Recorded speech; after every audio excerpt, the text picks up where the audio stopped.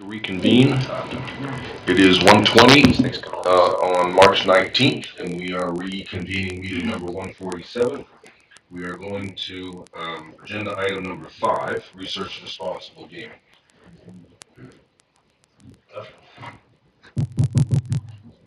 Okay.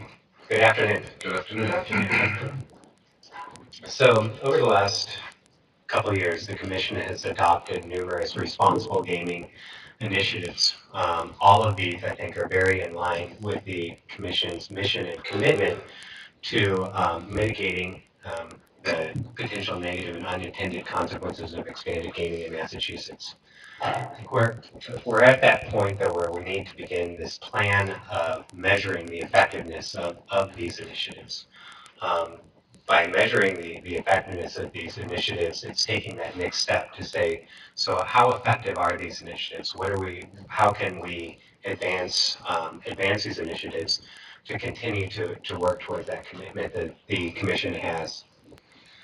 On December 18th, the Commission approved the 2015 gaming research agenda, and within that agenda for 2015 was an evaluation of the responsible gaming initiatives outlined within the responsible gaming framework. Specifically, there were three initiatives that we identified were going to be important for us to evaluate. First was going to be the play management tools on electronic gaming devices at PIN.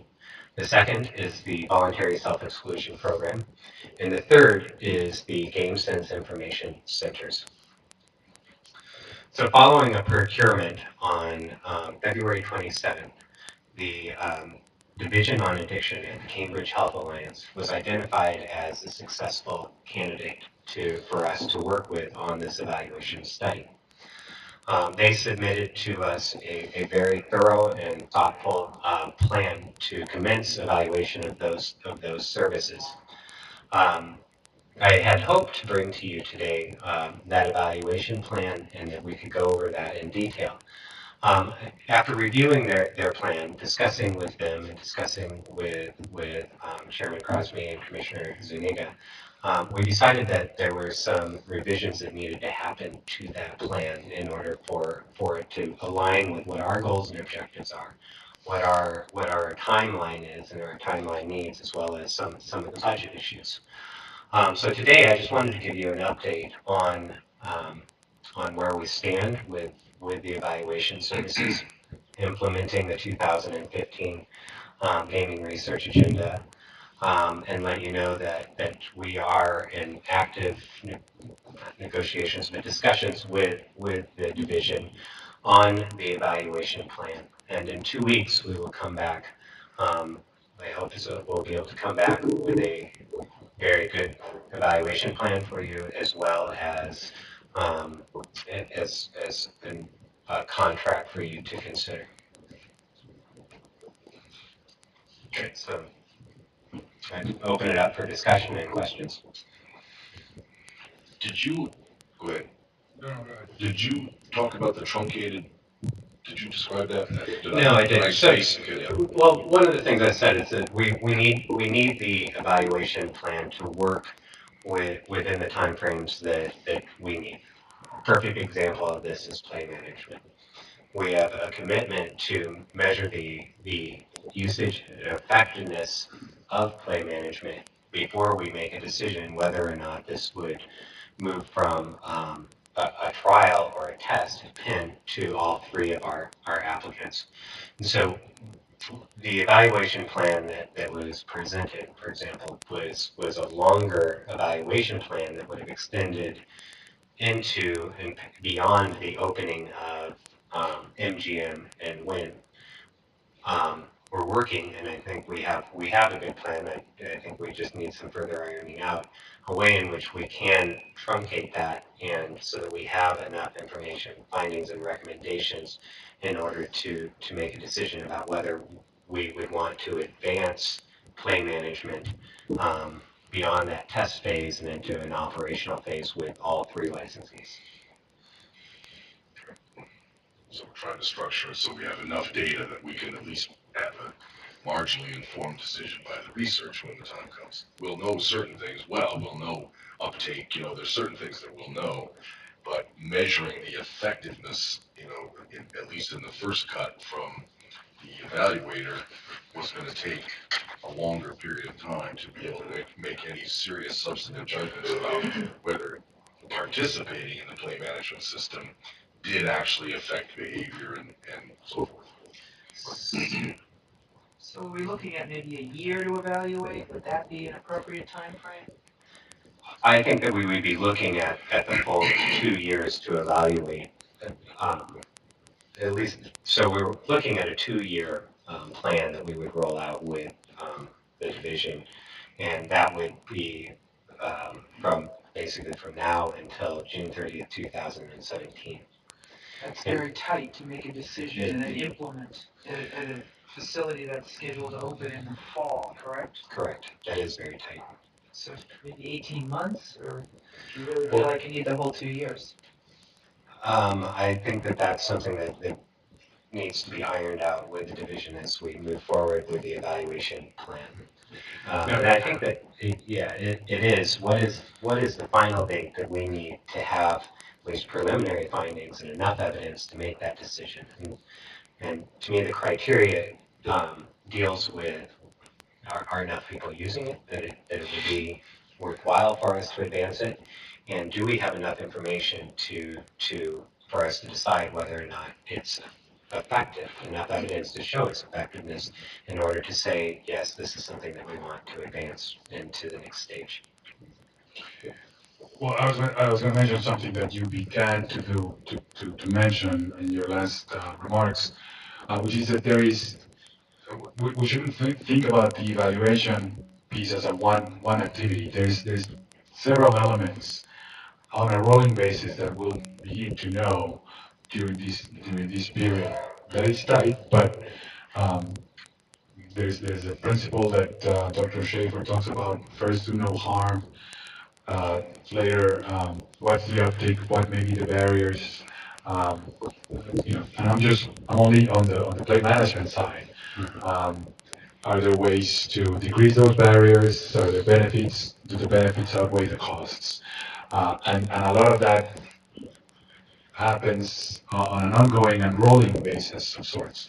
And that's some of the scoping that's going on right now. It's hard to ascertain with certainty um, the ultimate question we want to answer if we have not answered a lot of the interim questions. Well, I look forward to seeing the presentation, but I am very reluctant. Indeed, viscerally, I'm opposed to trying to shoehorn a scientific study into a box that's consistent with our schedule simply because we have the schedule. It seems to me that we need answers to questions in a scientifically valid way. And if um, that means we have to make a decision about how to roll out or install or retrofit, maybe that can't be done. But we need to explore the options for getting a scientifically valid study, even if the time for doing so extends beyond the planned opening. And I'm talking about an abstraction. I'm just giving you a visceral reaction to the problem and hope that we can talk about that when we get the presentation. So, if I can respond, and Commissioner McHugh, I absolutely agree with that. I think that there's been a lot of criticism of the evidence that has been presented to date on pre-commitment tools or play management tools, however you want to say it. And when we try to point in any one direction to the evidence, it always falls apart for you. One of the things that we've been committed to here in Massachusetts, and I think that is evident by us working with the Cambridge Health Alliance, the division, is a commitment to get some solid answers about what truly is the evidence, to raise that bar significantly on what type of the research that's been done to date on this specific issue. Um, I think maybe I'm not stating it right, but I agree that we can't push it, and I'm certain that the division would not push it in order to find an answer and try to fit it and shoehorn it into this. I'm delighted to hear that. And just, I didn't suspect otherwise, but I just wanted to be clear. no, it's a very good point. Because there's a lot of people watching this, watching us talk about this, and I didn't want that tremors begin to emanate. And just to be clear, neither Commissioner Pacifica nor I suggested anything to the contrary either. We didn't go back to the, but it's a completely legitimate point, and I reinforce it. We didn't go back and say, give us results earlier, truncate your study. It was what will we know come this deadline, because we are going to have to make a decision. The decision may be we don't have enough information yet, so we wait. But I totally agree with you, and I don't think we gave mixed signals on that point. Okay. Okay. Anything else? No, I don't think so. So you feel optimistic that between now and 2 weeks from now you can get a little bit better feel for the scoping, whether it's for the next year or 2 years? Yeah, or later? I've had very good conversations both with Dr. LaPlante, Dr. Nelson from the Cambridge Health Alliance over this week, over the last few days, even this morning, Right. about how do we structure the evaluation plan, how do we several details of the evaluation plan. I think that we're both on board with the plan. We need to start that out further so that it's in condition to present to the commission. Great. I look forward to some updates. I do too. I think it's such an important piece.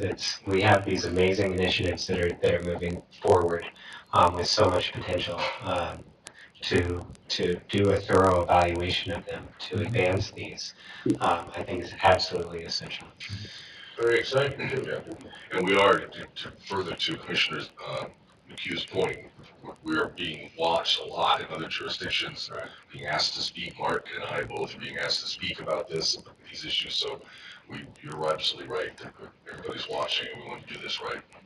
Director, are there plans to evaluate interim information so that um, adjustments could be made to better utilize the system? So take play management for example. There are basically several studies within this larger study to look at play management. The first study is going to be simply consulting with us to configure it in a way that maximizes the evidence that's available, sets it up so that they can continue an ongoing evaluation. The next stage of the study is to do just a basic review, epidemiological review of who's using the system. So we get to know who uses it, who doesn't use it, Why? and why. And the third takes a look specifically at, are there any negative or unintended consequences of people using the system? And this goes back to what Chairman Crosby said and Dr. Schaefer, first do no harm. We need to answer those questions. The next study, assuming that works out, would be moving on to taking a look at usage. Who's using the system? What's the uptake rate? What types of changes could we possibly make within the system? Tweaks can we make to the system to encourage uptake and to encourage higher utilization of these tools? What's the impact of those? So there is a continuous cycle of reviewing it. One of the reasons why this is going to take a while is because part of the study is to tweak the marketing of it, so that we can figure out. We don't know when we're going to get to a mature, steady state system. It might take us a year to tweak the marketing of it and the delivery of it. On February 27th, we had a very good meeting with the research team, with several members of the commission, with PIN and Valley, which is the casino management system that runs the play management system, to talk about many of the details, to iron out what's feasible but not what's not feasible, and how do we move forward, especially with it, knowing that we need to fold evaluation into the heart of this, so that and how do we work together between the commission and the evaluation team to be able to make changes, slight changes to the system along the way to evaluate what effect those changes have. Well, that's such a critical piece, and that's a piece that lots of projects aren't successful because by the time the evaluation is done, it's almost too late to make adjustments, or people already have set ideas, and where if you can evaluate continually and make small adjustments, it's very valuable to the success of the program. Yeah, I agree. Which is a big reason why this evaluation effort is large, takes time, and and we're doing it up front. Um, Great. Anything else? Great. Thank you. Thank you very much. Thank you. We will now invite our new interim director up.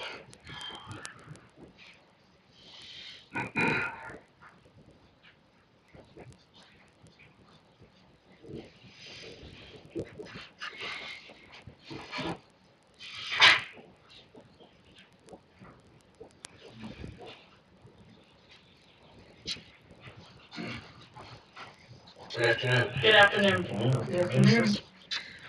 In your packet, you have a request from Plainridge to alter their opening day. They received an email from the Harness Horsemen's Association of New England asking for a delay due to the extreme weather we had this winter. The horsemen have had a little trouble getting their horses fit for racing. So after Plainridge received that request from the horsemen, Plainridge put in a request to the commission, and that's what I'm recommending, is that we delay the opening. We'll cancel April 1, 2, 6, 8, 9, and 12, and then at a later date, once Plainridge has it figured out, they'll submit a revised schedule to make up those days. So, General Manager Steve O'Toole is here if you have any questions. Good afternoon, Commission. Good afternoon. So actually, we started conversations on this topic in February, and thought it would be okay if we got any relief from the weather, but between the meeting that we had in late February and then the meeting we had in early March, we suffered 3 more storms in that amount of time. The amount of snow that we got and the drifts and everything just at Plainridge was astronomical. But more importantly, a lot of these horses, as I think you guys are all aware of now, they train on farms, independently owned. They have to clear their own surfaces, and the guys just had a really difficult time. So with me today is Bill Delmore, Director of the Harness Horsemen's Association, as well as Bob McGigian. And we thought it prudent at the time, which was, I think I put the request in just after your last meeting. We thought it was prudent at the time, and it still hasn't really been that much relief. We have had some melting, but this week was very cold. So I always thought that we would have the track ready for the April 1st opening, but really we haven't been able to put any equipment out there, because when we did get the thaw, it looked like we'd be able to start grading up the surface last week. We got this cold snap, and we can't do anything until this weather subsides. So, I don't know if you want to hear from, Oh, I'm sorry. I don't know if you want to hear from Mr. Delmore. I was kind of asking questions directed at all three of them. 2 weeks doesn't seem like a lot of time. Is that a sufficient amount of time to have the horses prepared to? Yeah. Yes, I do. Good afternoon, Good everybody. afternoon. Before I even answer that question, Identify yourself for. I'm sorry. My name is Bill Delmar. I'm a director for the Harness Horsemen's Association of New England. Um, Before I say anything, I just want to thank this commission for all that you've done for us, for all that you've done for racing. We're deeply indebted to you, and just thank you for everybody. To answer the question, I believe so. It's not just 2 weeks, though, Commissioner. Um, there's been times when we have gotten out there and began our preparation, but it hasn't been consistent. And if anybody knows anything about horse racing, it's about consistency. Preparing every day. It's kind of like, I like to equate it to spring training, which is going on right now, as we all know, in Florida and other places throughout the country. Spring training is very important in preparation for the season. Well, this is our spring training. And when we lose days, we have a tendency to fall back a little. And so the 2 weeks seem to be sufficient. And after discussing it with the general manager, Steve, we seem to think that that's the right way to go with your blessings. How would you make up the lost days? Shifting the end of the meet, trying to pick up additional days? I know you don't meet every day because of the construction, etc. What's your thinking? So this was a little bit more difficult. Usually when we have an extraordinary circumstance where we cancel a day of racing, we usually pick out a day. We know, what our horse population is like. So Yes. this season, we're not very stable right now. Um, we thought that it would probably be best to evaluate, not throw out some days just to make a 105-day schedule, but to kind of look at it with my race secretary, along with these gentlemen, and find out, kind of not jump the gun, start plugging in days, and then we can't make that if we start doing 4 days a week. But we don't really want to expand the schedule beyond November 30th. It's a very long schedule this year, April 1st to the first day of April to the last day of November.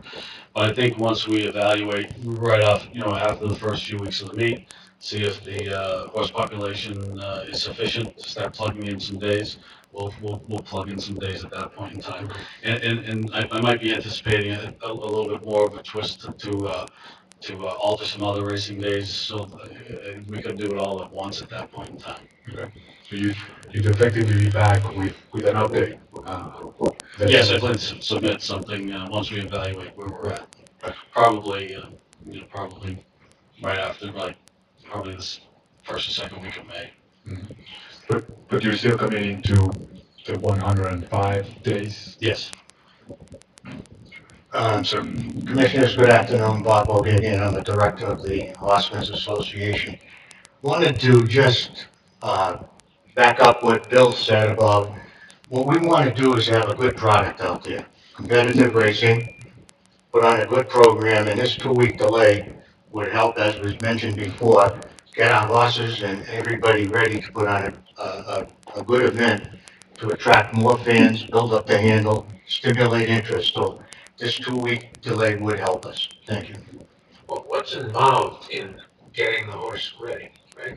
These horses have been kind of hanging around the barn for the winter, right? And, so what do? Take them out and run them around? That's actually the problem. They've been hanging around the barn. But I'll let Billy answer. Well, Commissioner, most of the horses, our last race was in October, October 22nd. Right. And most of the horses didn't go elsewhere.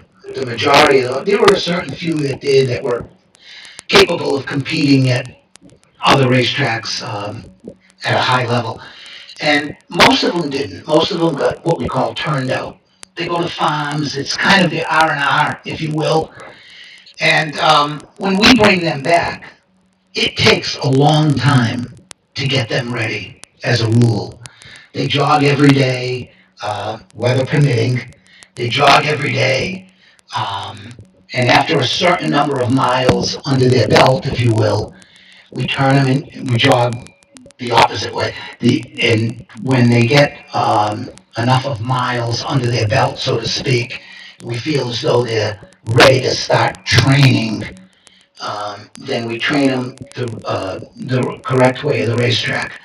Now, we don't just train them once. We train them as a rule, probably every 5 days. We train them, oftentimes getting the next day off to kind of recuperate, and then go back to jogging till we get to that fifth day as a rule, and then we turn them again and train them again, and gradually work them down from.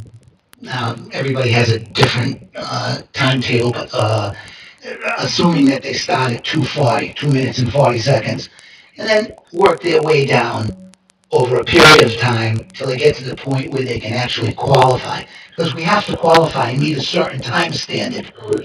And that takes time after being off. So in my case, they went off on October 22nd or October 23rd, and they were off until January 14th, I believe, or 15th. They were just out in the field, just acting like a horse. So to bring them back, it takes a lot of time to do it right. By doing it right, you eliminate the chance or you decrease the chance of injury. Um, it's like running a marathon. You don't wake up, jog 3 or 4 mornings, and then run 26.2 miles. So that's generally, in a general sense, how it works. Do I remember correctly that we have the authority to reduce the number of race days under certain circumstances? I doubt it. I don't believe this year they do. I think for the first 3 years with the new gaming legislation, it's set at 105, and then for the next 2 years it increases. Isn't there a health and welfare clause or something that for certain reasons? Yeah. If there's a extreme circumstances, kind of like an act of God, we usually call it, the commission could Extreme decide heat, to, we've, right. we've given permission for them to discontinue racing for that day. Weather mostly would be the reasons that we have the ability to make the call. And they've done this on many, many occasions over the last few years, Mr. O'Toole, so that we do have the authority to do. But I know our authority has changed under the 105 days, right? Yeah, Yeah. there's authority under 128A, and we had legislative change last year when we reduced the number of days. We would want to look at the changes to 128A in the context of 23K, which sets out three very specific numbers of days for the first 3 years. So, an emergency situation, I think, would be one thing, but we would want to look at the two pieces of legislation together. Okay. The reason I'm bringing it up is because I hear Mr. O'Toole expressing concern about, when will there be enough horses, and we don't want, even if there's a rule that says there's supposed to be 105 race days, um, we don't want to force you all into racing your horses more than you think is really right. And there's a gray line, and there's no absolute rule. So, but we don't want to force you over the edge to err on the side of forcing them to run too often. And I at least would, if whatever our authority is, if we have any authority, if we have any flexibility, I would hope you'd be clear with us if you felt like we were hitting that sensitive area. There's a third element, not just the requirement and the field or the number of horses, but the number of days that you're running because of the construction schedule. That used to be more days a week and is now 3 or 4 days a week. Correct me? Yeah. Yes. And I know that factors into a little bit the field, but there's all of these things that are running are working together. Towards making that determination, which is why I understand that you're working on it, and we'll get back to us on that. So at this time, we're prepared to do the 105. If it presents itself that in the second week of May, we're extremely short, then I would actually come in. We would probably plead that case, that there wouldn't be enough to fill or whatever. But as of right now, and we did discuss this amongst ourselves. The horsemen feel confident that they'll be able to meet that responsibility. And but if it presents itself, they might not. I just want to make, since we took over the commission, the racing commission, we've been really concerned about improving the health and welfare of the riders and the horses. And we don't want to lose track of that. I appreciate that, Simon. I just out of curiosity, as the purse monies go up, do you expect to be attracting more horses from out of state? Is that in your calculations yet? That's the theory behind the horse race development fund and the science. Exactly. Yeah. And to answer your question simply, and I'm reluctant to use this phrase, but I'm gonna. Money talks. Sure. And when we I never knew that. yeah, and when we begin to receive funds from the racehorse development. Uh, Obviously, it's more money than we've had in the past. I would assume that horsemen generally gravitate to where the money is, and I think we're going to put out a good product. We're going to attract better horses, better drivers, better stables. Um, so I think that that will speak for itself. When the money's there, they'll they'll come. Well, I think this is another opportunity for us to, and I hope we take advantage of that opportunity to test that hypothesis with evidence. Because there is some suggestion in accounts that I've read that that is not so. And that it has it has collateral consequences, not on the standardbred side, but on the thoroughbred side, that are antithetical to that uh, that expectation. So I don't know how we do it, but I hope we'd be able to put together some kind of a plan that, and it probably wouldn't be that difficult to measure that and see whether that's so. That's an interesting point. I would assume we'd see an uptick in license applications coming from out of state. Sitting down. Well, I was going to get to this on the report, on the racing report, but I would be curious as to what the purses have done since the ones we have in our packet or will do this year. Yeah, I'm not The sure. handle, etc. I'm not sure it's simply numbers. That's why I raised the question. I'd be interested in see if if over time there's not only numbers but a decrease in time. If I could just, Faster horses. I think it's really an interesting thing, and we have an opportunity to test it. if I could just add one thing on the same line that you're concerned about, and that is, and I only speak for standard breeds. I can't speak for the thoroughbreds. I'm sure they have plenty of people who speak to that. Right. If you look at all the other racetracks that have expanded gaming, um, you can't get in Yonkers. You can't get in Pennsylvania. And if you do, you're lucky to race once every 2 weeks, which indicates that there are plenty of horses and plenty of stables, and everything across the board is increased. The number of horses, the number of drivers, the handle, um, the number of days. I mean, it has shown in the past history. If history has anything to do with it, then we expect it will increase, and the handle will increase, the product will increase. Um, I expect, and we expect that that will happen over due time. It's not going to happen, I mean, this year, but the pattern will be set, the stage will be set, and we're hoping for that kind of results like they did in other places. I just, if I may, Commissioners, we're hopeful that the local horse population will be upgraded by the existing owners and trainers. I've been holding back purchasing horses because of the low purse structure, and I'm prepared to invest more in a better grade, higher quality horses. So, yes, there will be people coming in from the outside, but my fervent hope is that the local horsemen, such as myself, I've now seen the light and can enjoy the benefits of improved purses. So I fully intend, God willing, to upgrade my stock, and I know there are other owners and trainers who feel the same. If you could, Mr. O'Toole, I know that this year purses will increase slightly, but not to a great degree.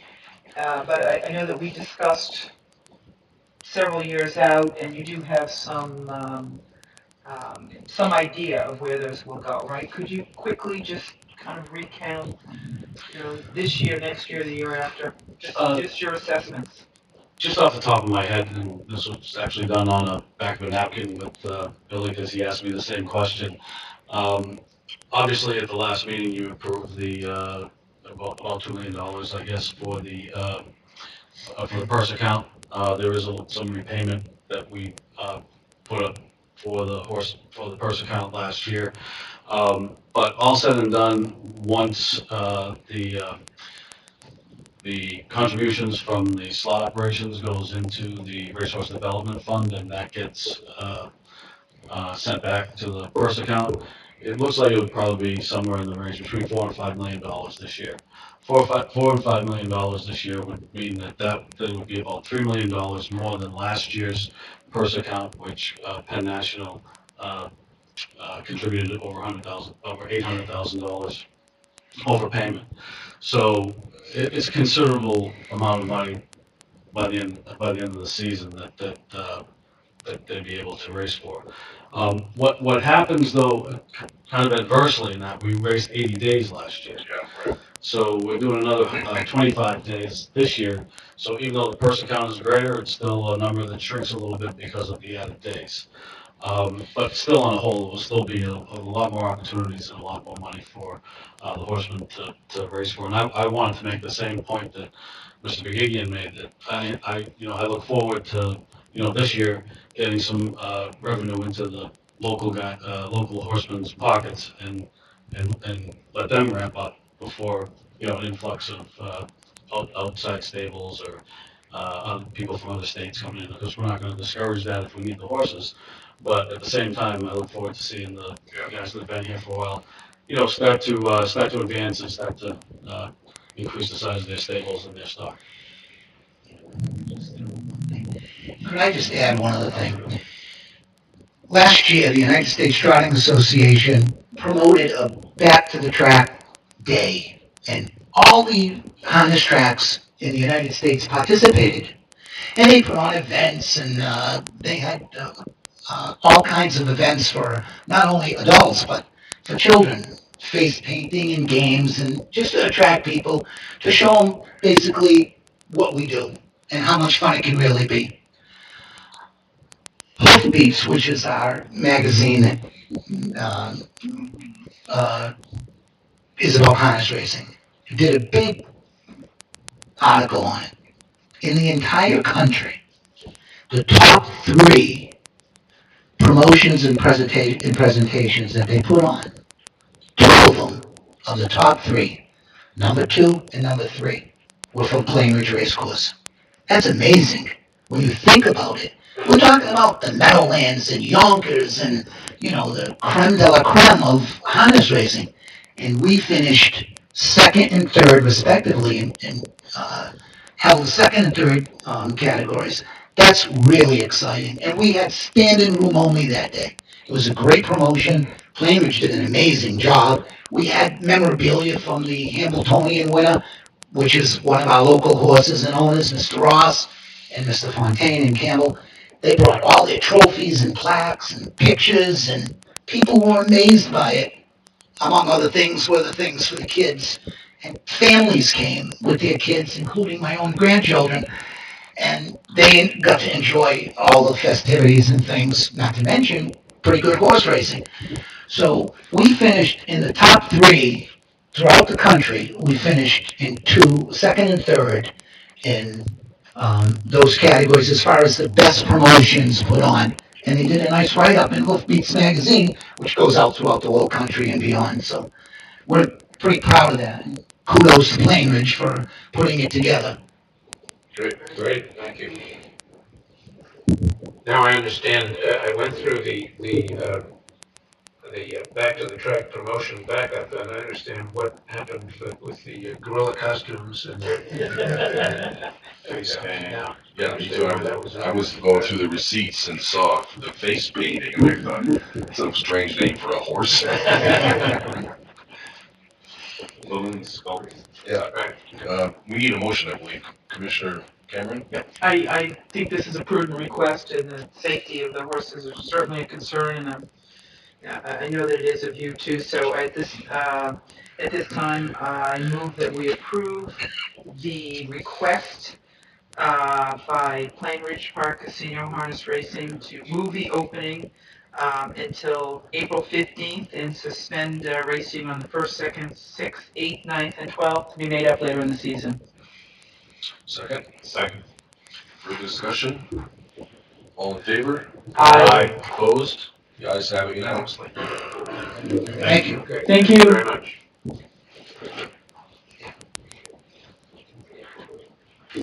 Yeah.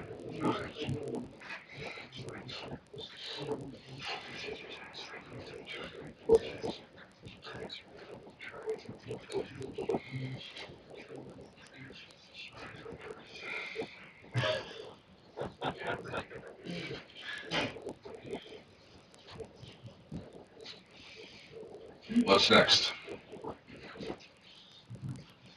Doug O'Donnell's gonna go over the promotional funds next. All right. Good afternoon. What you have in front of you is an RFR for the Plain Ridge Promotional Trust Fund. There are two requests there, and it's in accordance with the general laws of Chapter 128A. The trustees, being the chairman of the commission, may expand without appropriation all or any part of the promotional trust to the appropriate track licensee in proportion to the amount deposited in each fund. As of today, we have a balance of $43,861 in the Plain Ridge Promotional Trust Fund. There are two requests here. The first one being the radio advertisement campaign. The dates for that were 12/31/13 through 3/20/14, and that was an ad campaign totaling $14,782.50, of which you will have the backup in your packet from the events on the radio. The other request in there is what they had mentioned earlier, was the Back to the Track promotion, which was dated on August 23rd and August 24th.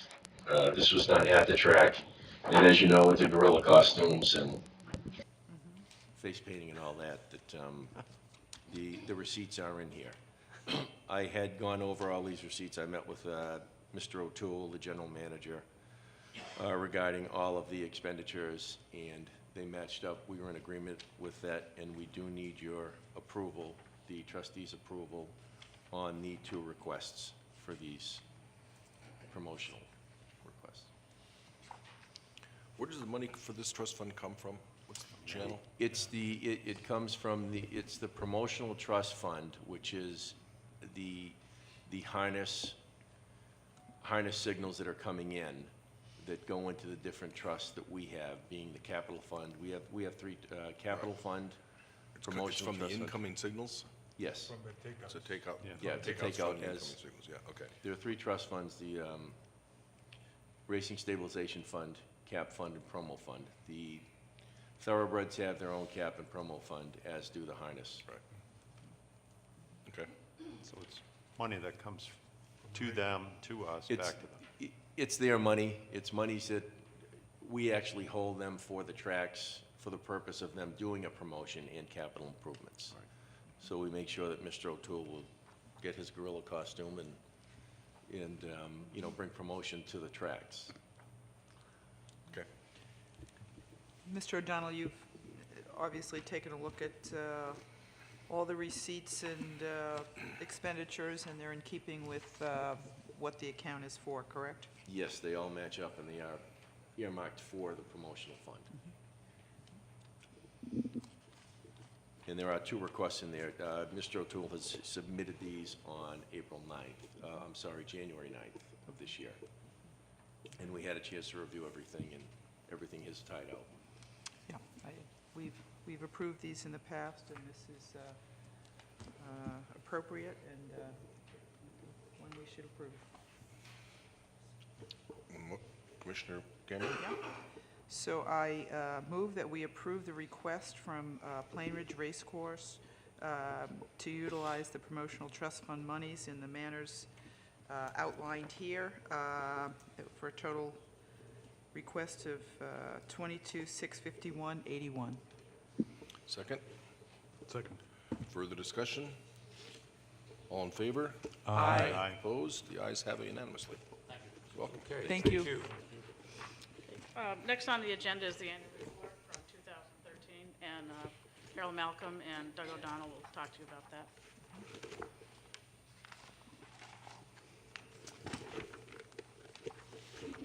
what you have in front of you is the first annual report of the Racing Division of the Massachusetts Gaming Commission. Hasn't changed in 88 years until this year. So the first one came out in 1935, of which we do have in our archives as well, the first. All 85? Really? Oh, the first one. The first Yeah, one, first yeah, one, yeah. yes. So, which is pretty interesting. It's a little different than this, that's for sure. But Yeah, what I'd like to see that. what we wanted to do is just go over some of the highlights. We did do the same format that we have used in the past. And to begin with, we have if you go to page 3, the introduction and the mission statement from the commission. Moving forward from that, we took the liberty of putting the chairman and the commissioners in here with their pictures, which Commissioner Stebbins is quite pleased with, I can say that. As well as a summary with the executive staff. And moving on, page 12 and 13, we put information in there on the enacted legislation, Chapter 123 and Chapter 167, which were approved in November of 2013.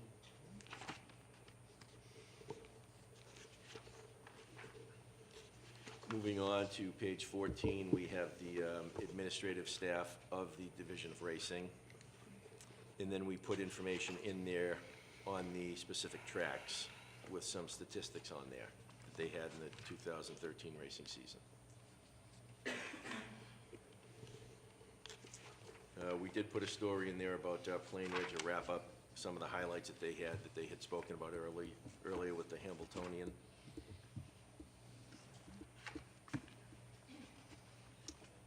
And moving on to licensing procedures. Was that the first Hambletonian winner from Massachusetts? You know? That's a good I'm not question. sure. I'm not sure if, It was a big deal. Mr. Carney said? Yes. Yeah. thank you. Yeah, that was very exciting. And then moving on to the licensing procedure, Carol may be able to enlighten you onto that. And Yes, we had 2,478 applications were processed in 2013. And licensing fees, we took in $69,525. And on the badge fees was $7,810. On page 21, you should have a breakdown of the occupational categories that we took in and the fees for each one.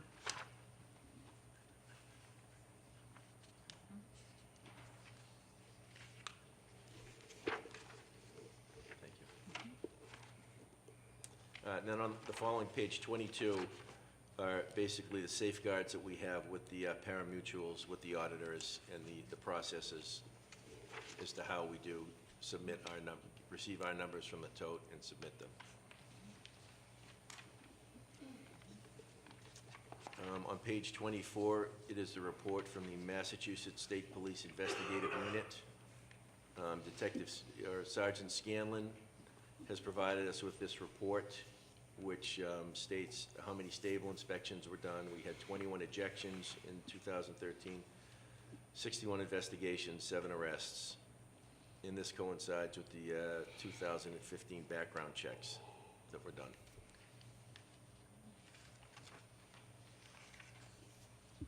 Next on the report is the laboratory services. For the first time in the history of Massachusetts racing, we have contracted out these services as opposed to having our own Massachusetts lab. With Truesdale Laboratories, they're based out in Tustin, California, and we have had great success with them. There haven't been any issues, so things have worked well with them. Yeah, Dr. Lightbaum, I know this was a really hard thing to do, close our lab and outsource, but would you Yes, and agree that this has worked well? It has worked well, and they had some of the accreditations when we first contracted with them in 2013, and then this past year, they also got the RMTC accreditation. So they're fully accredited now with all the organizations that are recommended that the labs be accredited with. And the systems, the safeguards, the Yeah, results all yes. speak to the It's all, efficiency and effectiveness of yes. outsourcing? Yes, it's worked out very well. We haven't had any glitches with sending our samples there and them receiving them, and the chain of evidence and custody and all that. So, Great. you know. Great. Thank you. Then we move on to the stewards and judges rulings. We had a total of 137 rulings in 2013, 68 from Suffolk Downs and 69 from Plainridge. I think the other thing of note, and if I can just go back to laboratory services for a moment, only 5 samples returned with overage and 3 samples, so we're talking about a very low amount of violations. And Right, that speaks to the integrity of those involved out at Plainridge. The results that we did get back from the lab were overages of therapeutic medications. Yes. So we didn't get any positives for drugs that shouldn't, that have no reason to be in a horse, that, you would think of as being used to influence a race. So that was very positive.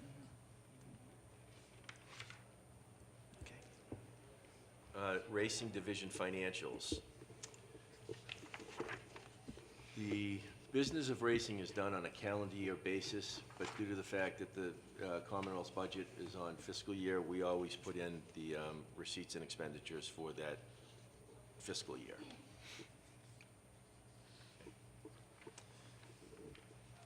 And what we also do is do a comparison of calendar years 2013 to 2012, based on the program revenues and expenses.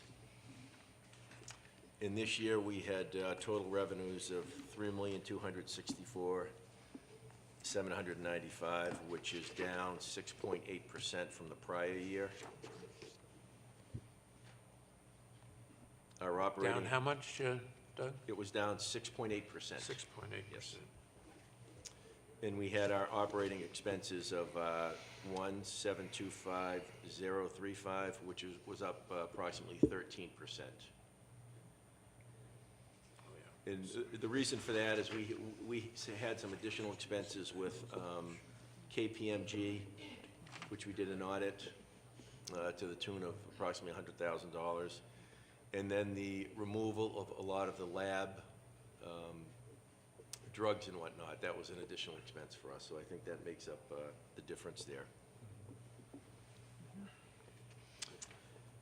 And along with that, we still contributed to the 8th pole, which is the health and welfare of the backstretch workers. We also provided economic assistance and contributed monies to the compulsive gamblers, Department of Health.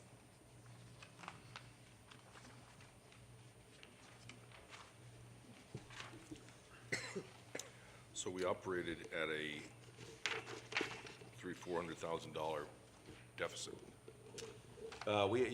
Yes, it was $335,000, which included the additional programs that we contributed to. Right.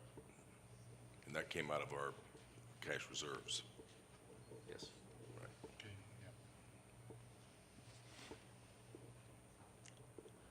yeah. Moving forward, Racing Commission business. This is general information about the regulation of the horse racing industry.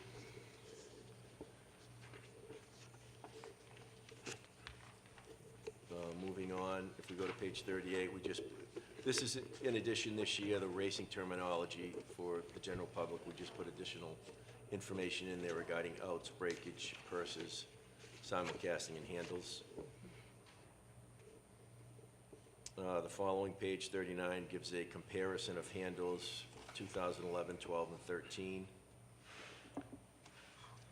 which total handles this year from last year were down 9.4%. That's total handles. When you say this year, that's 2013? 2013, yes. Do you have a sense as total handle for 2014 yet? Yeah, we were down, I want to say it was about 8%. It's right in that vicinity, right in that ballpark. And that's kind of been the trend over the years. Yep, usually figure in about an 8% drop each year. see. It might be different now, with Yeah, the- it might pick right. up, and Hopefully that's the it'll whole point. go With up. the per- yeah. yep. Yep. With the So persons. if I'm reading this correctly, the total, total handle is $277 million. Correct. And I'm not sure how many people realize whether people realize how much money there is running through the track. Of that, 270 was from the import and export of simulcasts. Correct. And the live handle is about 7.5. Very small percentage, yeah. Right. So this is an industry that's generating a tremendous amount of money, a very small part of which is the live attendance. That's true nationwide, isn't it? Yes. Yes, it is. Industry standard, yeah. And so nobody's, there was an interesting article I don't know, that was circulated through the commission a while ago about this subject, but nobody is an overstatement. Few people are going to the track. Many people are betting on racing at the track. That's a fair statement. That's right? true. Yes. And there is a significant amount of betting that now is taking place not only in simulcast parlors like we have at Plain Ridge and at Suffolk Downs, but also on mobile devices, right? That's correct, yeah. That's through the ADWs, and Right, which are TVG, Twin Spires, and Express Bets. right, That we have affiliated with Suffolk. right. But there's numerous ones throughout the country. Numerous Advanced- other yes. ADW. Yes, Yeah. that take the products from Massachusetts, the live racing, and Right. offer to their customers. Right.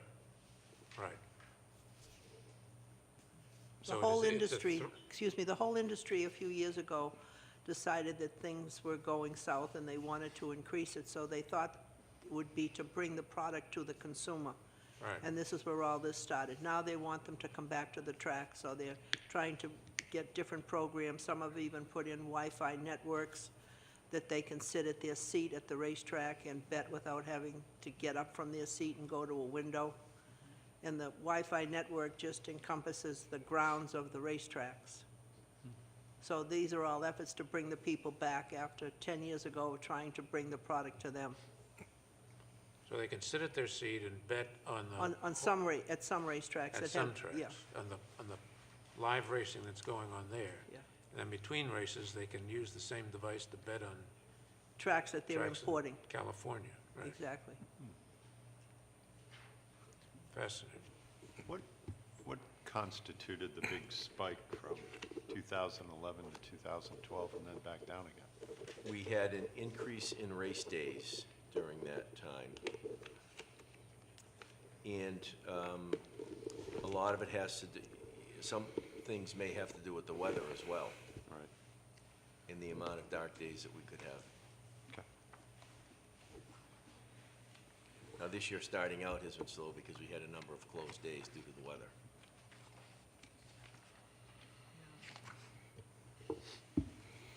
I had a question for Dr. Lightbaum. If you go to page 30, I'm looking at the appeals. Do you recall, I'm looking at 2013, there were only 16 hearings before the Board of Judges and Stewards, which is significantly lower than the 3 years before that. Do you have a recollection of why that was? I'm trying to remember, and I don't. I'm not sure. It might have done, occasionally there may be a rule that for some reason it's been altered or they're enforcing it differently. And, that may lead to an increase 1 year over another year. So I'm not sure if it's something to do with that. I don't remember off the top of my head what it was. Okay. It might have been something like that. Thank you. Anything else? You finished? Not yet. Oh, sorry. Trying to get rid of me? No, I thought we were done, sorry. A few other things here. We've, on page 40, we did a handle calendar year comparison of 2012-13. Total revenues, we were down 7.4%. 6.14%. We always do an analysis of purses paid compared to the minimum statutory requirements on page 41. This is done for the prior year because we need to get the outs monies in as well as information from the tracks. Bottom line, this would be for 2012 purses paid. Plainridge paid an additional $78,187 over and above their requirement, and Suffolk paid an additional $1.567845 million over and above their required purse payments. Which has been, over the years, that's been somewhat standard. There's always been an overage paid. And then moving on, page 42, we did financial reports on the individual tracks. Suffolk being, they were down 4.7% on total revenues from the prior year. The following pages will see our financial racing system summary pages, which we are moving forward with and doing away with the new CRIM system that we have in place. It shows the capital improvement trust funds for that specific year, as well as the promotional trust funds, what is in the accounts. Moving on, Plainridge was down 7.7% from 2012 to 2013. Again, the promotional and capital trust funds. On page 53, we just put some information in there regarding Greyhound racing and how it, was abolished at the end of 2009 and how it continues to simulcast. Page 53, Raynham total revenues from 2012 to 13 were down 5.2%. And Wonderland was down 8.1% from the prior year. Mr. O'Donnell, are we prepared to run CRIM standalone this year? We have been, yes. Okay. We've been looking at it. There are other options that we're entertaining regarding that as well. We have been up and running with CRIMs, as I had mentioned in the past. There are a few glitches in the system that we're still working on, but we have been using that system for our billing periods thus far this year. Okay, so, but there are others that we're looking at, huh? Yes, we have a contract with CRIMs through the end of the fiscal year. Okay. Thank you. That it? Yep. Okay. One more time, I want to congratulate Alex. Oh, thank you very much for the opportunity. I appreciate it. You're welcome. And welcome, Doug, and Carol, I believe this is your first time to come before My the maiden commission. voyage. Yeah. Thank you. Well done. Well done. No, Yeah, thank you. The report looks great. The formatting is much cleaner and nicer and easy to follow, so thank you for all the work. Yeah, great job. Well, looking back, I mean, you all, with the earlier director's help, you've made a huge difference in the racehorsing business and regulation. It's a very, very changed environment. Not very many people know what all you guys have done, but it's pretty extraordinary. It's appreciate it. Thank you. I agree, and there's a lot of great work that has gone in this and a lot of detail behind the scenes, if you will. I just wanted to mention something a little bit food for thought. If there's ways to next year to be able to report a little earlier, I would look forward to to that opportunity. I know there's a difference between the fiscal year and the calendar year, and that's always a challenge. And many of these numbers get paid the following year, so that there's a rolling basis, etc. But I would encourage us all to think about having this report come a little later, a little sooner next time. We're targeting May 30th this year for the 214. Then you're one step ahead of me. So, And the schedule so far is they're looking at the spring, probably around April for 2015. Excellent. We have to wait until April to get some of the reports in, so once we I receive understand that. those, we can move forward. And I know also that what I mentioned about behind the scenes, like systems like the upgrade from the FRS to the CRIMS, etc., also helps us do that, which is evident by now your new target date. But thank you. So is this, I thought you said you adapted this to to our fiscal year. No, it's still run on a calendar year basis. We just, in one of the reports that I had mentioned on what page, we have always put in the fiscal year numbers. It's only one exhibit, one financial exhibit. Oh, it's just that one. Just that one Okay. exhibit, All right, yes. okay. Yeah. Okay. But everything else is done on calendar. Yeah, okay, good, The racing fine. season where it goes Right. through our fiscal year. Right, makes sense. Okay, good. And we figured for 2014, we'd stick with the calendar year, and then maybe for the 2015, we'll discuss whether we want to make a change at that point. I don't particularly see any reason to, but whatever. Thank you all. Okay, yeah, thanks very much. Thank you. Thank you. I think they'd be relieved to keep it on calendar. Yeah, We I would. would say it's pretty hard to rejigger it. Oh, did you need a vote to accept the report? Oh, it says vote on the agenda. I don't really know whether we do or not. We do, okay. Okay. Commissioner Cameron, do you want to? To accept the annual report? Is that what we're Yes. voting Yeah. on? I'm sorry. I move that we accept the 2013 annual racing report, the Racing Division of the Gaming Commission. Second. All right. Any further discussion? All in favor? Aye. Opposed? The ayes have it unanimously. All right. Thank you very much. Go ahead, take it. Both of them. Next up. Item number 7, the Legal Division, General Counsel Blue.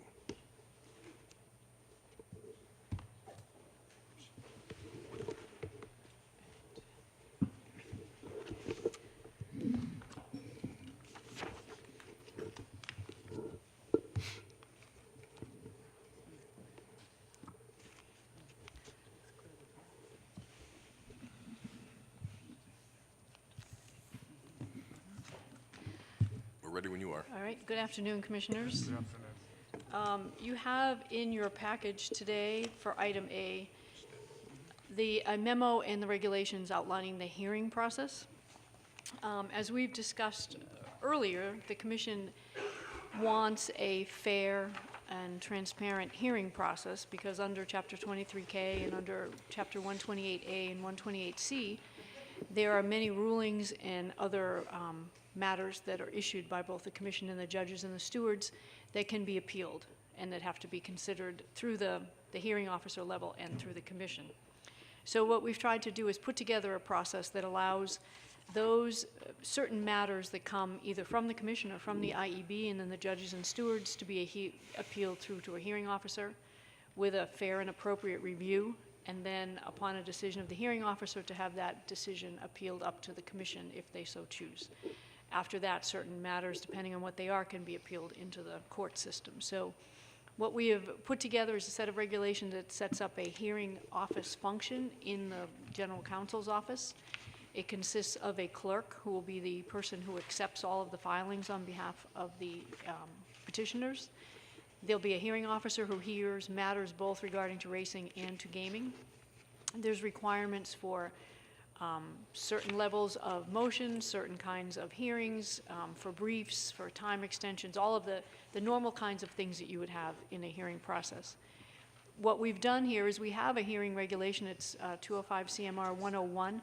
It generally just talks about the kinds of hearings that we've held for suitability. This will be an amendment to that regulation. It's much longer and much more detailed.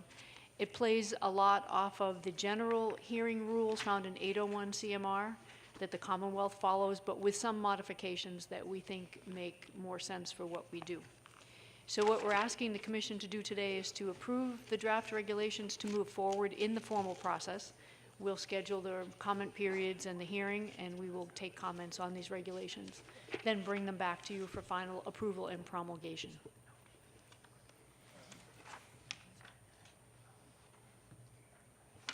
I've looked carefully at these regulations. You recall when we started some time ago now, one of the things that we talked about was setting up a mechanism for having hearings within the agency that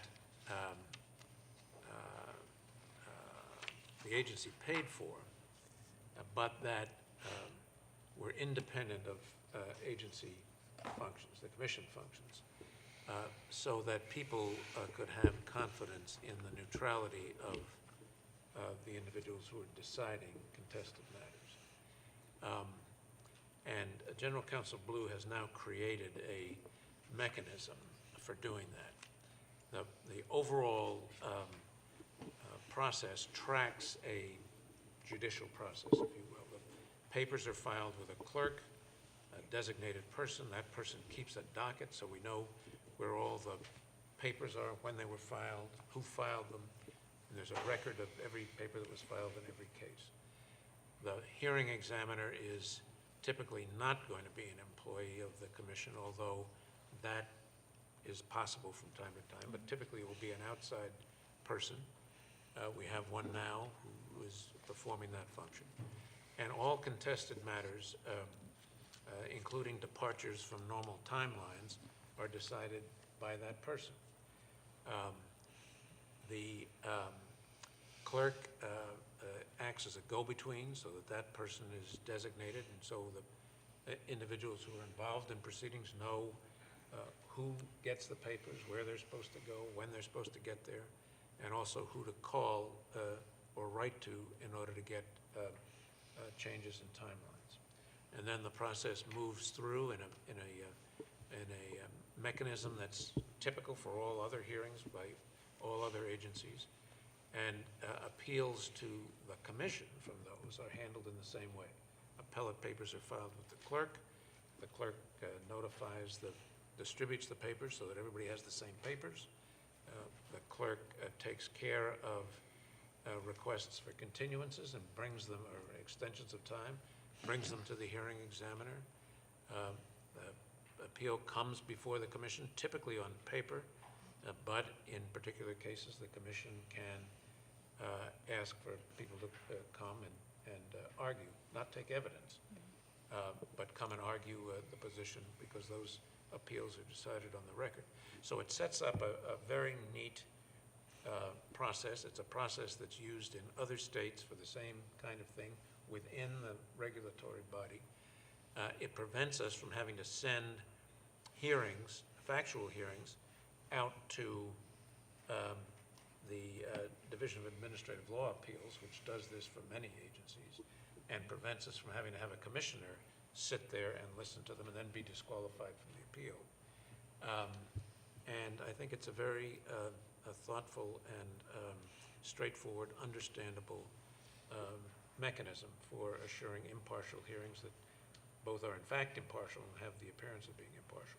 The one exception to the hearing examiner rule is in matters involving gaming licensees.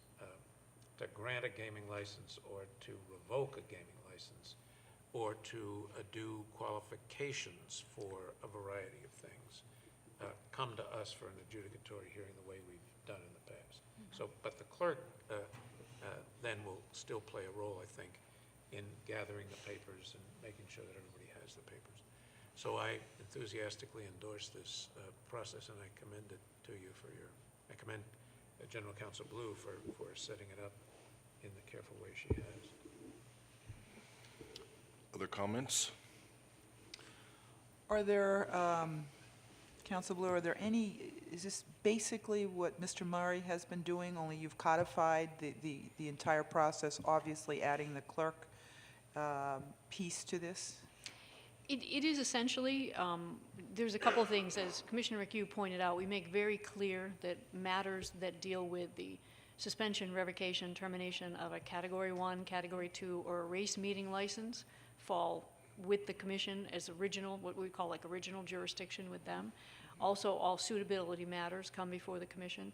But all the other matters that are similar to the things that Hearing Officer Murray has been dealing with on the racing side, plus things on the IEB side, for example, civil administrative penalties that they may issue or orders that the IEB may issue, will then follow a process very much like what we've used in racing.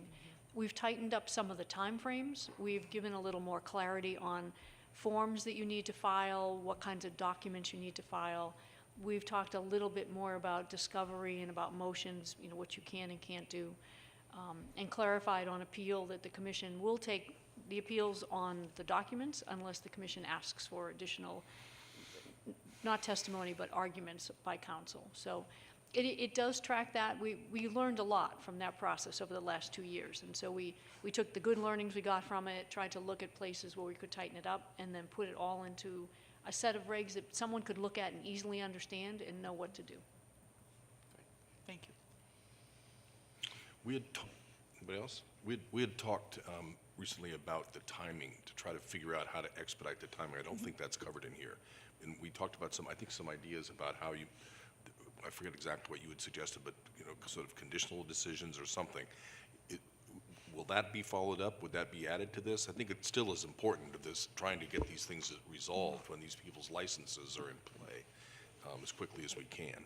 We have added language in here that allows them to request a stay and to have the stay granted by the hearing officer. Okay, so you did do that. We did add Okay, I that. didn't see That was a matter of great concern on the racing side, that people waited so long to get their hearing that the season could potentially be over. Right. So we do have a provision for a stay. Okay. We also have a provision for shortening as well as lengthening time. I think somebody could ask to shorten time. Yes, we put in language for an accelerated hearing, so we have a 30-day window, but if you request an accelerated hearing, we can try to accommodate that too. Okay, great. Great, thank you. I didn't see that. Anything else? So do we need a action here? Or Vote to move this into the formal this process? into the formal? Yes. Commissioner McHugh?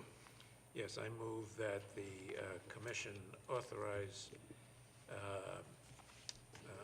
regulations 101.01 through 101.05 as they appear in draft form in the meeting packet. Authorize General Counsel Blue to place those into the formal regulation adoption process forthwith. Second? Second, thank you. Further discussion? All in favor? Aye. Opposed? The ayes have it unanimously. Thank you. Thank you. Good work. Next on our agenda is consideration of the Section 61 findings for Springfield Gaming and Redevelopment. And I think we want to walk through this in a sort of orderly fashion, both as we consider it and for the folks that are listening to us at home. So between 2013 and, well, to step back a bit, in December we brought before the Commission draft Section 61 findings. And Section 61 findings are the findings that the Commission makes as the permitting agency under the MIPA statute. And those findings are generally included in the FEIR that gets approved through the MIPA office. But what the Commission does when they create those findings is they incorporate all of the information that addresses the potential mitigation for adverse impacts on the environment by the project. When we approved the draft findings, we filed them with the MIPA office. They were published in the Environmental Register on January 7th, and we received no comments on those. So now we're ready for the Commission to look at those findings as final and to consider them against the license and the conditions in the Category 2 license, and then vote to incorporate them into that Category 2 license. So a little history on the Plain Ridge project is probably helpful. Between 2010 and 2013, there were several environmental notifications, or what we call ENFs, and draft EIRs filed with the Secretary of Environmental Affairs regarding projects at the site of the Plain Ridge Racecourse. These were filed by the prior project proponent, which was Our Way Realty LLC. The appropriate review processes took place and construction commenced under those approvals. So a good deal of the construction that is ongoing now at Plain Ridge was started by Our Way for a plan that they proposed at that time. In 2013, Our Way sold the project to Springfield Gaming and Redevelopment, and Springfield Gaming and Redevelopment assumed Our Way's application for a Category 2 license. Springfield Gaming and Redevelopment filed their FEIR in November of 2013. The project was substantially similar to that project proposed by Our Way. It included an increase in the size of the main building, a slight increase, an increase in parking, and the addition of a photovoltaic system on the roof. On December 27th of 2013, the Secretary of Environmental Affairs issued its certificate on Springfield Gaming and Redevelopment's FEIR. They found their FEIR to be suitable. Between February 25th and 28th of 2014, as part of the Commission's evaluation of the competing Category 2 applications, the Commission exhaustively reviewed the impacts to the environment and the proposed mitigation associated with the proposed Springfield Gaming and Redevelopment gaming establishment. And the Commission did this review in the context of its review of all of the applications at that time.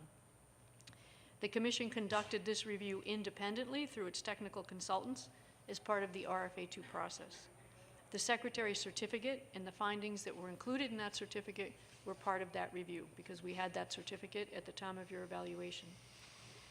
On February 28, 2014, the Commission awarded a conditional license to Springfield Gaming and Redevelopment for the Plain Ridge Gaming Establishment.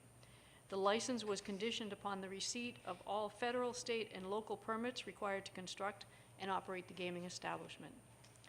Springfield Gaming and Redevelopment LLC proposed in its FEIR a series of different alterations to Route 1, a state highway that provides access to the site, one of which was a break and a redesign of a concrete median that divided the north and southbound lanes of Route 1.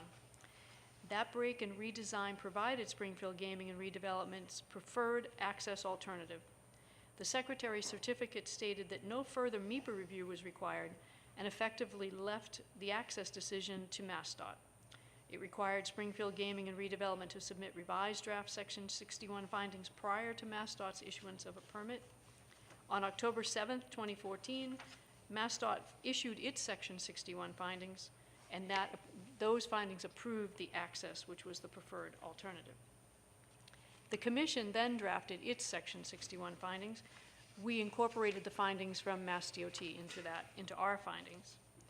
The Commission approved the draft Section 61 findings on December 18th, and then, like I said, we filed them with the MEPA office, who published them in the Environmental Register. The primary issue that was raised in the FEIR was this question of access. And MassDOT made its finding on that in its Section 61 findings. Again, it approved the preferred alternate access, which is the median break in Route 1.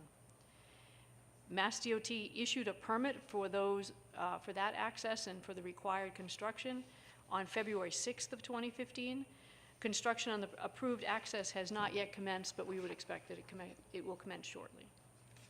So the Commission today is asked to review the Section 61 findings, specifically approve the findings and incorporate the Section 61 findings into the Category 2 license issued to Springfield Gaming and Redevelopment, particularly as conditions to their license.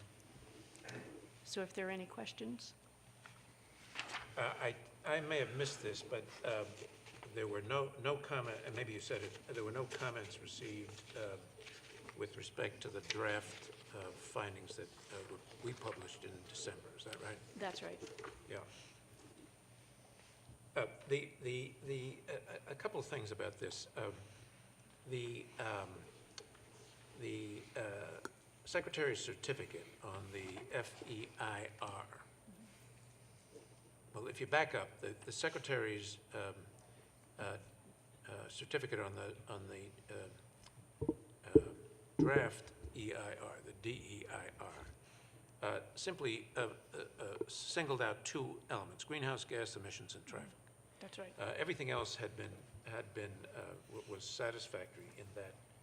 And that was the only thing she required, or he required further information about. And much as General Counsel Blue has said of the construction that now is going on was covered in FEIR MEPA proceedings before this last one. And really, the two issues were the greenhouse gas emissions and the traffic. But it's important to understand that after that certificate was issued on the FEIR that dealt with those issues, it was after that the Commission had the licensing hearing. And it was after that, that the commission made its decision to license Springfield Gaming for the Plain Ridge Racetrack. And you'll recall that at those licensing hearings, we spent an enormous amount of time, not only on the traffic issues, but on the other environmental issues that were not covered and dealt with in the environmental impact reports. We spent a lot of time, although they had been in some of the earlier ones, we spent a lot of time on the water runoff recycling process they had down there, where all the water on the driveways goes into the pond and the sediment settles out and then it's moved on. We spent an enormous amount of time on the energy efficient components of the buildings, some state-of-the-art things, that large photovoltaic farm on the roof, and independently scored those issues, reported with the help of our outside consultants, and concluded that those were state-of-the-art, as good as you'd find anywhere in the country, environmentally sensitive components of this project.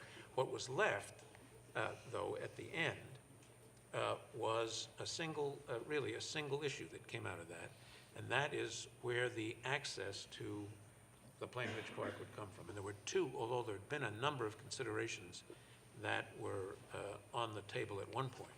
At the end, there were really two. You may recall, although it was a while ago, and they dealt with access from Route 1, which in the vicinity of Plain Ridge is a north-south state highway. And there were two alternatives. One was to have people coming southbound go through what was known as a jug handle down to a intersection and then come back to the park. And people going northbound to turn right off into the park, or to create a new curb cut in a concrete median and have southbound drivers, and widen the intersection and have southbound drivers be able to take a left turn across Route 1 into the Plain Ridge Park. And it was clear that we, as a commission, favored the latter because of its, for a variety of reasons, not the least of which was the environmental impact, because you didn't have cars idling as long in the highway, and you didn't have as much traffic backup as you would if you utilized the jug handle. The DOT did not rule on that initially, and so things moved forward without that single issue being in play. Everything else was resolved. And ultimately, the DOT authorized the curb cut and the median cut, and that's the way now this entrance is going to be achieved. So these findings were possible when that was decided, because it closed the loop on that last single issue that was remaining. And it, I think, is reflected and will be reflected in the work that we did after the FEIR certificate was issued. I think it is reflected that this plan now, and the plan for everything covered in these findings, is in fact the embodiment of all feasible means and measures that need to be taken to minimize or avoid adverse environmental impacts. And that's reflected, I think, amply in the record we've created here.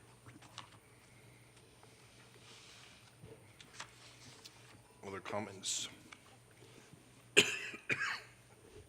Thoughts, There's questions? little to add after that, Yeah, frankly. right. Very comprehensive Very summary. Do you need? So what we would something need from is a us? motion, and probably the easiest way to make the motion is the findings paragraph on the very last page of the section 61 findings. Commissioner? Well, I'd move that the commission embrace that final paragraph, and in so doing, find that the environmental impacts resulting from the proposed project are those described in the final environmental impact report on which the certificate issued.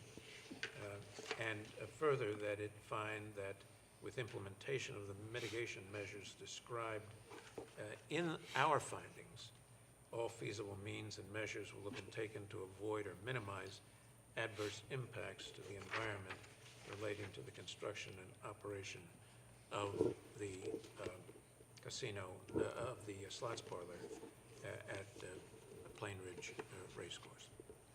Second? Second. Further discussion? All in favor? Aye. Opposed? The ayes have it unanimously. Thank you. Thank you very Chairman much. Crosby, I understand all the Region C participants are Okay, here. yeah, I was gonna move the Region C discussion up, but we're practically at the end of your section, so why don't we go ahead and finish up, and then we'll skip to that. So just very briefly, I wanted to give you a quick update on where we are with 205 CMR 129. This is the draft transfer regulations. And as you recall, we put them through an informal process in December. The commission voted to move them through the formal process. We opened them up for comments early in March, but we've extended the comment period through March 26th. We held the required statutory hearing on March 12th. We had a few people attend, but no comments submitted there. But we have also worked with our licensees, and we do expect to get detailed comments that we know will be very, very helpful. And we will be coming back to the commission probably in April with those comments, with revisions to the regulation, and more discussion on where we want to go with that. But I did want the commission to know that we are looking forward to comments, and we are also working closely with our licensees on the issues that they've raised with us. We're in an informal process, right? We're not in the formal process. No, we're in the formal process. We've had our formal hearing, but that's not a bar to receiving No, I further understand that, comments. but I thought we were in the informal process. Okay. Not only our licensees, but also our consultants, Our who will be very consultants, helpful. HLT is going to be very helpful in helping us clarify, which is ultimately what we need to do relative to these comments and this regulation. Okay, great. I look forward to that. Yep, I am too. Thank you. Thank you. All right, thank you. Our next session may take a while, so why don't we have a real quick break? Yep. And when we come back, we will go straight to your Region C update. Thank you.